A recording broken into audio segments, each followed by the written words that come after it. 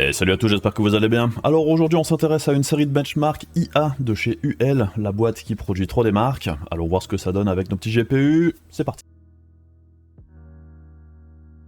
Alors, je me doute que cette vidéo est un petit peu à part, puisque pas de gaming du tout ici, c'est de l'application et uniquement de l'IA, donc ça n'intéressera pas tout le monde, bien évidemment. Mais bon, ça me paraissait quand même intéressant de voir comment cette suite de benchmarks fonctionne, et aussi voir un petit peu comment se comportent les différents GPU AMD, Intel et Nvidia ici. Et ce qui est intéressant avec ce benchmark, comparé à ceux que j'ai déjà pu faire au niveau intelligence artificielle, avec la génération d'images avec Stable Diffusion dans mes tests précédents, c'est que de base, le benchmark ici, il inclut les différentes optimisations pour tous les fabricants, et c'est du coup beaucoup plus simple à setup et à faire fonctionner, car les diverses optis pour les trois marques, c'est pas toujours hyper simple à installer, et ça demande de bricoler pas mal, et ça fait aussi perdre beaucoup de temps. Ici, c'est du tout en un, ce qui est plutôt pratique. Donc c'est vrai que quand j'ai entendu dire que c'était UL qui sortait cette série de benchmarks orientés intelligence artificielle, ça m'a intéressé, vu que c'est une boîte quand même très connue, puisqu'on les connaît nous particulièrement sur les PC gamers avec 3D Mark. Et c'est vrai que c'est une boîte qui fait des benchmarks depuis très longtemps, et c'est plutôt fiable dans l'ensemble. Et donc ici, c'est la suite de benchmark Procyon, je sais pas comment on le dit, qui intègre différents tests. Donc il y a la génération d'images IA avec Stable Diffusion et Stable Diffusion XL, il y a un test AI Computer Vision qui permet de tester différentes inferences. Il y a aussi d'autres tests pour la prod, avec des tests pour le montage vidéo ou le traitement d'images, avec des bench Lightroom aux premières, mais ça c'est pas ce qui nous intéresse ici. Du coup pour la génération d'images, c'est un bench automatisé Stable Diffusion, avec une interface hyper simple. On choisit le bench pour le GPU, et pour chaque fabricant, on peut choisir les optis spécifiques. Pour AMD, on retrouve donc DirectML et Onyx, pour Intel, c'est OpenVINO, et pour Nvidia, c'est TensorRT. Une fois qu'on lance le test, ça va optimiser le modèle avant de procéder au benchmark. Il indique quel prompt il utilise pour son bench, c'est toujours le même, ça génère les images, on les voit apparaître, et ensuite on retrouve les résultats une fois que le test est terminé. Comme avec 3D Mark, on a un score et quelques détails en dessous si on veut regarder ça un petit peu plus dans les détails. Pour le test Computer Vision et les inferences, c'est plus ou moins la même chose, sauf qu'ici c'est pas de la génération d'images, mais comment les cartes performent sous différentes inferences. À la fin on retrouve là aussi un score global et aussi le détail pour chaque modèle. Et là aussi, on a les optimisations pour chaque fabricant de GPU. Du coup, j'ai fait les tests sur un paquet de cartes graphiques, en dehors de cartes vraiment assez anciennes, comme le GTX 1000 et tout ça. Donc on va aller voir ce que ça donne. Donc pour Stable Diffusion 1.5, alors, on retrouve les scores donnés par le benchmark, et sans grande surprise, c'est la 4090 qui domine assez largement, et on voit que de manière globale, les GeForce roulent sur la concurrence, même si les cartes les plus puissantes d'AMD s'en sortent relativement correctement, puisqu'on retrouve la grappe de 7900 XTX, XT et GRE, qui se situe entre les 4060 Ti et 4070. Les cartes d'Intel sont dans le bas du tableau sur ce test, suivi des cartes en RDNA2 qui sont clairement à la traîne ici. Donc ça, je dirais, ce sont les résultats avec un score, avec une formule faite par UL, mais on a aussi les résultats en secondes par image et non pas les images par seconde, donc ici, le plus petit score, c'est le meilleur. Et effectivement, on va dire que les scores qu'on a vus précédemment sont à relativiser, pour une utilisation personnelle, on va dire. On voit que la 4090 domine toujours largement, mais si vous faites quelques images de temps en temps, sur ce modèle, avec Stable Diffusion, passer de 1.1 seconde par image avec la 4090 à 1.7 avec la 4080, on est d'accord que ça ne changera pas votre vie. Et en dehors des cartes en RDNA2 qui sont vraiment beaucoup plus lentes ici, pour les autres, c'est tout à fait utilisable pour le grand public, même si oui, clairement, les GeForce ont une avance certaine sur toutes les autres. Pour Stable Diffusion XL maintenant, alors, c'est une charge plus lourde au niveau du GPU, et aussi sur les besoins en VRAM, et ici aussi, au niveau des scores, c'est clairement toujours gros avantage pour la 4090 vis-à-vis de toutes les autres cartes. Et c'est aussi intéressant de voir qu'en troisième position, ici, c'est la 3090 Ti.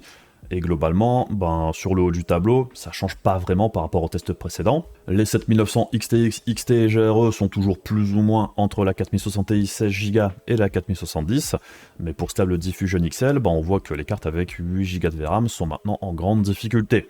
Et on voit que la cassure se fait vraiment sur les 8Go, puisque la 3090 Go se retrouve à la même place que sur Stable Diffusion 1.5. Et pour les cartes à 8Go, il n'y a que la 750 d'Intel qui semble moins souffrir sur ce test-là, mais tout ce qui est 3060 Ti, 4060 Ti 8Go et 4060 sont en difficulté, tout comme les cartes en RDNA2 qui sont complètement à la ramasse ici. Il y a même certaines cartes qui ne passent même pas le test du tout, puisque ça plante, ça crache, avec les 7600 et 6600, ainsi que pour la RTX 2060 et ses 6Go de RAM. Donc oui, on le savait déjà, mais la VRAM a son importance pour le travail au niveau intelligence artificielle, et certaines cartes qui n'ont pas beaucoup de sens du point de vue performance-prix pour les joueurs, comme la 4060 Ti 16Go, prennent beaucoup plus de sens ici pour bosser dans ce domaine. Et si on regarde ce que ça donne en secondes par image, c'est le même classement évidemment, et on voit que là aussi, pour le score, clairement, le score augmente exponentiellement avec le gain de temps, puisque les 2 secondes de gagner entre la 4080 Super et la 4090, ça représente 1000 points au niveau du scoring, ce qui est quand même beaucoup. Mais bon, là pour Stable Diffusion 1.5, ça prenait juste quelques secondes pour générer des images, ici c'est quand même beaucoup plus long, et clairement, si on en fait un usage pro ou semi-pro, le temps c'est de l'argent, et les cartes les plus performantes permettent de gagner quand même beaucoup de temps. Et c'est vrai que même pour un usage perso, les cartes les moins performantes c'est quand même assez compliqué. 1 minute 30 par image pour une 3060 Ti, ou plus de 5 minutes par image pour la 6700 XT, c'est pas du tout agréable. Et dans l'ensemble, pour Stable Diffusion XL, je suis quand même assez impressionné par les RTX 3000. On voit que la 3080 s'en sort plutôt bien et la 3090 Ti également. Même si pour la 3080, je pense que les 10 Go de VRAM dans certains scénarios, ça doit quand même la pénaliser. La 3090 Ti a probablement moins de problèmes et elle est probablement aussi beaucoup plus adaptée pour ce type de tâche. Mais c'est vrai que si on regarde un petit peu ce qu'on avait vu dans les vidéos sur le marché d'occasion, on avait vu que les 3090 cotaient encore beaucoup sur le marché d'occasion. Quand on voit les résultats ici, on comprend un petit peu pourquoi. Alors si je fais un petit peu le parallèle avec mes propres tests que j'ai fait lors de la sortie des RTX 4000 Super, dans l'ensemble, pour les GeForce, ça me paraît plutôt cohérent avec mes résultats, même s'il faut bien garder à l'esprit que c'est pas forcément exactement les mêmes réglages. Donc il y a peut-être des variations de ce côté-là. Au niveau du classement, ça paraît plutôt logique, mais c'est vrai que par exemple, moi j'avais trouvé les cartes d'Intel plus rapides que les cartes d'AMD. Là, sur le test de chez Prokion, c'est pas le cas. Donc est-ce que c'est une histoire de paramètres? Est-ce que c'est autre chose? Je sais pas trop, mais en tout cas moi j'avais pas trouvé exactement la même chose entre les cartes d'AMD et les cartes d'Intel. Mais c'est vrai que pour les deux tests, c'était les cartes d'NVIDIA qui étaient devant quoi qu'il arrive. Et pour Stable Diffusion XL, moi j'avais pas réussi à faire fonctionner les différentes optimisations pour le modèle XL pour les cartes de chez Intel et d'AMD. Il n'y avait pas vraiment de tuto là-dessus. Donc j'avais pas réussi à le faire fonctionner, il y avait que les cartes d'NVIDIA sur lesquelles j'avais pu faire des tests. Donc là, avec le test de chez Prokion, ça semble quand même assez cohérent avec les résultats sur 1.5. Donc j'ai envie de dire, ça paraît logique, plutôt cohérent dans l'ensemble. Après, d'un test à l'autre, il peut y avoir des différences. Alors on passe ensuite sur le test Computer Vision en FP16. Alors ici aussi, on retrouve des scores pour chaque carte, et le classement est clairement différent. Les RTX 3000 font moins bien vis-à-vis des 4000, puisqu'on retrouve la 3090 Ti au même niveau que la 4070, là où sur la génération d'images, elle était beaucoup plus haut. Et en ce qui concerne les cartes AMD, c'est assez étrange, puisqu'on peut voir que sur le score global, la GRE fait mieux que les XT ou XTX, et ça va un petit peu dans tous les sens. Et c'est vrai que là où les cartes d'NVIDIA et d'Intel sont plutôt cohérentes au niveau de la hiérarchie et au niveau des performances au global, c'est vrai que pour les cartes d'AMD, ça l'est beaucoup moins. Donc je sais pas s'il y a un problème quelque part au niveau du test ou au niveau des optimisations et tout ça, mais c'est beaucoup moins clair pour les cartes d'AMD sur ces tests-là que pour les cartes des concurrents. Alors on va aller voir les performances sur chaque Inference, et on commence avec MobileNet V3. Intéressant de voir que toutes les RTX 4000 sont plus ou moins au même niveau ici, suivi des RTX 3000 qui sont elles aussi très proches les unes des autres, et enfin les RTX 2000, ou la RTX 2000 en l'occurrence, qui est un petit cran derrière, ce qui paraît pas totalement illogique. Les cartes d'Intel par contre elles sont en bas de tableau, donc c'est celles qui font le moins bien sur cette Inference là.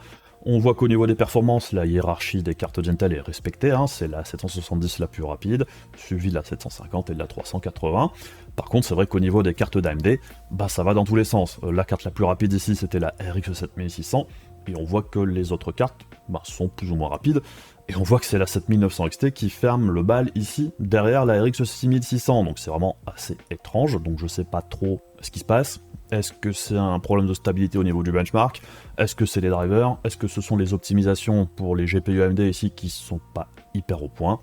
J'en sais rien, mais en tout cas, pour les cartes d'AMD, c'est beaucoup moins stable, c'est beaucoup moins logique que pour les cartes d'NVIDIA et d'Intel dans tous les tests. Puisqu'en passant sur une autre Inference, donc là on est sur ResNet 50, on voit que chez NVIDIA, le classement paraît très logique, ça suit la hiérarchie des différentes cartes et leurs puissances respectives, on va dire, la plupart du temps. Chez Intel, c'est un petit peu la même chose, c'est la 770 en premier, suivi de la 750 et la 380 assez loin derrière. Ici, chez AMD, on retrouve la 7900 GRE en première position, suivi de la XTX. C'est un petit peu bizarre. Donc bref, ici encore, en ce qui concerne les cartes d'AMD, ça part un petit peu dans tous les sens. On passe sur Inception V4, et bien là, au risque de vous surprendre, c'est encore une fois les cartes de chez NVIDIA qui arrivent en tête, d'assez loin par rapport aux autres. Et bon, là on voit que chez Nvidia ça bouge un petit peu aussi. On trouve la 4080 Super très légèrement devant la 4090. Alors après, il faut rappeler aussi qu'on est sur des millisecondes, il peut y avoir des petites variations, mais très clairement on voit que les RTX 4000 ou même la 3090 Ti s'en sortent plutôt bien. La hiérarchie des cartes dans l'ensemble paraît relativement correcte, même s'il y a des petites anomalies. On voit par contre que les cartes de chez Intel ici font mieux que les cartes de chez AMD, qui ici, encore une fois, ça part dans tous les sens, hein. Il n'y a vraiment pas vraiment de logique, en dehors des cartes en RDNA2 qui sont souvent quand même en bas de tableau, qui galèrent beaucoup plus que RDNA3. Mais c'est vrai que le classement RDNA3 lui-même, bah ici par exemple c'est la 7800 XT qui finit devant la GRE, et la 7700 XT devant la 7900 XTX, donc bon, c'est pas hyper logique, mais je dirais que c'est comme ça depuis le début. Pour le test Deep Lab V3, alors ça bouge un petit peu, on voit que chez Nvidia, bon, le classement est relativement classique, en dehors de quelques swaps comme la 4070 Super qui finit très légèrement devant la TI Super, on va dire que dans l'ensemble, ça paraît plutôt logique, et comme bien souvent, bon, c'est les 4090 et 4080 en haut du tableau, on retrouve par exemple la 3060 Ti ici plus ou moins au même niveau que les 4060 Ti, la 4060 et la 3060 sont également plus ou moins au coude à coude, et la 2060 est quand même un bon cran derrière. Les cartes d'Intel, encore une fois, s'en sortent plutôt correctement, même si c'est légèrement en dessous des cartes de chez Nvidia, et par contre, en ce qui concerne les cartes d'AMD, c'est dans l'ensemble celles qui performent le moins bien ici, et c'est encore une fois un classement vraiment étrange, hein, puisque ça part dans tous les sens, c'est pas un classement logique. On passe maintenant sur YOLO V3, bon, comme sur quasiment toutes les autres Inference, c'est les RTX 4000 et 3000 qui finissent en tête. On voit que la 2060 est quand même un petit cran derrière par rapport à toutes les autres, et suivi des cartes de chez Intel, hein, la 770 et la 750, avec la 380 qui finit ici très clairement derrière toutes les autres. Et comme d'habitude, pour les cartes d'AMD, bon, il n'y a pas vraiment de logique. Et pour terminer, on retrouve l'Inference Real ESR GAN, bon je sais pas comment ça se dit, et là le classement est quand même assez différent. On retrouve, je dirais, un classement plus logique. Ça ressemble beaucoup à ce qu'on pourrait retrouver au niveau des performances dans les jeux par exemple. Puisqu'on retrouve tout en haut du tableau la 4090, 4080 Super, la TI Super et la 4070 Super. Par contre, la première carte d'AMD, la 7900 XTX, est quand même assez haut dans le tableau. Elle est un petit cran au-dessus de la 3090 Ti. On retrouve ensuite la 7900 XT, la 3080, la 7900 GRE. Donc bref, dans l'ensemble, ça paraît beaucoup plus logique. Il y a clairement un avantage pour Nvidia, mais c'est un classement, je dirais, qui fait plus sens. Puisque là, je dirais, pour les cartes d'AMD, la hiérarchie des performances est respectée, ce qui n'est pas du tout le cas dans les autres tests. Alors après, c'est peut-être aussi une histoire de temps, puisque là on est toujours en millisecondes, mais c'est un test qui prend beaucoup plus de temps que les autres Inference, donc ça joue peut-être aussi en ce qui concerne les cartes d'AMD, qui ont peut-être besoin d'un petit peu plus de temps, pour avoir une différence de performance un peu plus marquée entre les différents modèles. J'en sais rien, c'est juste de la supposition ici, mais c'est vrai que ça paraîtrait logique. Sinon, en dehors de ça, c'est vrai que les cartes Intel ici encore sont pas les meilleures, mais c'est pas les pires. Les performances sont correctes, et c'est vrai qu'elles ont été plutôt stables dans l'ensemble depuis le début. Alors au final, qu'est-ce qu'on peut déduire de tout ça? Bon, comme on pouvait s'y attendre dans l'ensemble, pour bosser côté IA sous Windows, les optimisations d'NVIDIA sont quand même hyper redoutables vis-à-vis des concurrents, et souvent on retrouve des GeForce plus bas de gamme qui offrent de meilleures performances que les équivalentes AMD ou Intel. Et en parlant d'arc, je trouve qu'Intel ici s'en sort plutôt bien dans l'ensemble. Les performances sont plus stables et cohérentes que pour les Radeon, dans l'ensemble des tests. Et c'est vrai que si par exemple vous trouvez une A770 16Go pour pas trop cher, pour faire ce type de tâche, ça peut être un choix intéressant, puisque ça reste une des cartes avec 16Go les moins chères sur le marché. Et même si j'ai pas testé de 7600 XT qui ont 16Go de VRAM, j'ai pas de gros doute sur le fait que la 770 fasse mieux dans la plupart des scénarios au niveau IA. Et en ce qui concerne AMD, justement, j'ai quand même l'impression qu'il reste beaucoup de boulot à faire du côté optimisation software, pour les Inference principalement, puisque dans certaines tâches, RDNA3 s'en sortait pas si mal que ça sur stable diffusion, donc il y a du potentiel, on voit qu'elle pourrait faire mieux, même si on rattrapera jamais, très probablement, les 4080 ou 4090 qui ont juste des capacités hardware largement plus importantes sur le sujet, en plus des optimisations software. Et en parlant de 4090, c'est sûr que quand on voit les résultats ici, on comprend pourquoi elles sont encore très très recherchées pour travailler sur ce type de tâche. Elle est clairement au-dessus de toutes les autres cartes du marché, tout en coûtant significativement moins cher que les cartes pro. Donc je suis pas vraiment hyper surpris de voir qu'elle a conservé une telle valeur sur le marché du neuf depuis tout ce temps, puisque c'est la seule carte de la génération qui a jamais vraiment baissé de prix. Et c'est vrai que si on doit bosser et que c'est notre gagne-pain, ou qu'on veut faire des choses avec l'IA, et qu'on a besoin d'un très très bon produit très performant, La 4090 dans le domaine professionnel, c'est pas si cher que ça, donc c'est pas surprenant de voir qu'elle coûte encore aussi cher. Bon bref, on a fait un petit peu le tour. En ce qui concerne le benchmark lui-même, bon, c'est plutôt propre, ça fonctionne sur le concept un petit peu comme 3D Mark, il n'y a rien de vraiment hyper surprenant ou de compliqué. Et c'est vrai qu'au niveau des résultats, ça paraît plutôt cohérent, principalement tout ce qui est les performances sur la génération d'images par exemple. Par contre, c'est vrai que pour les inferences, particulièrement chez AMD, bon, d'où viennent ces instabilités, je sais pas trop. On verra bien si ça évolue au fil du temps, puisqu'il y a des mises à jour qui sont faites aussi pour ce benchmark. Peut-être que par la suite, ça se passera mieux. Mais là, ça semble quand même être un problème, particulièrement avec les cartes d'AMD. Les autres cartes des concurrents, c'était beaucoup plus logique dans l'ensemble. Enfin bref, comme d'habitude, si la vidéo vous intéresse et que vous voulez soutenir la chaîne, allez aimer ma chaîne YouTube, il y a également la page Ko-fi pour ceux qui veulent me soutenir directement, et comme d'habitude, un énorme merci à tous les membres. Et on se retrouve bien évidemment très bientôt pour d'autres vidéos. Je vous fais des bisous, je vous dis à la prochaine, salut!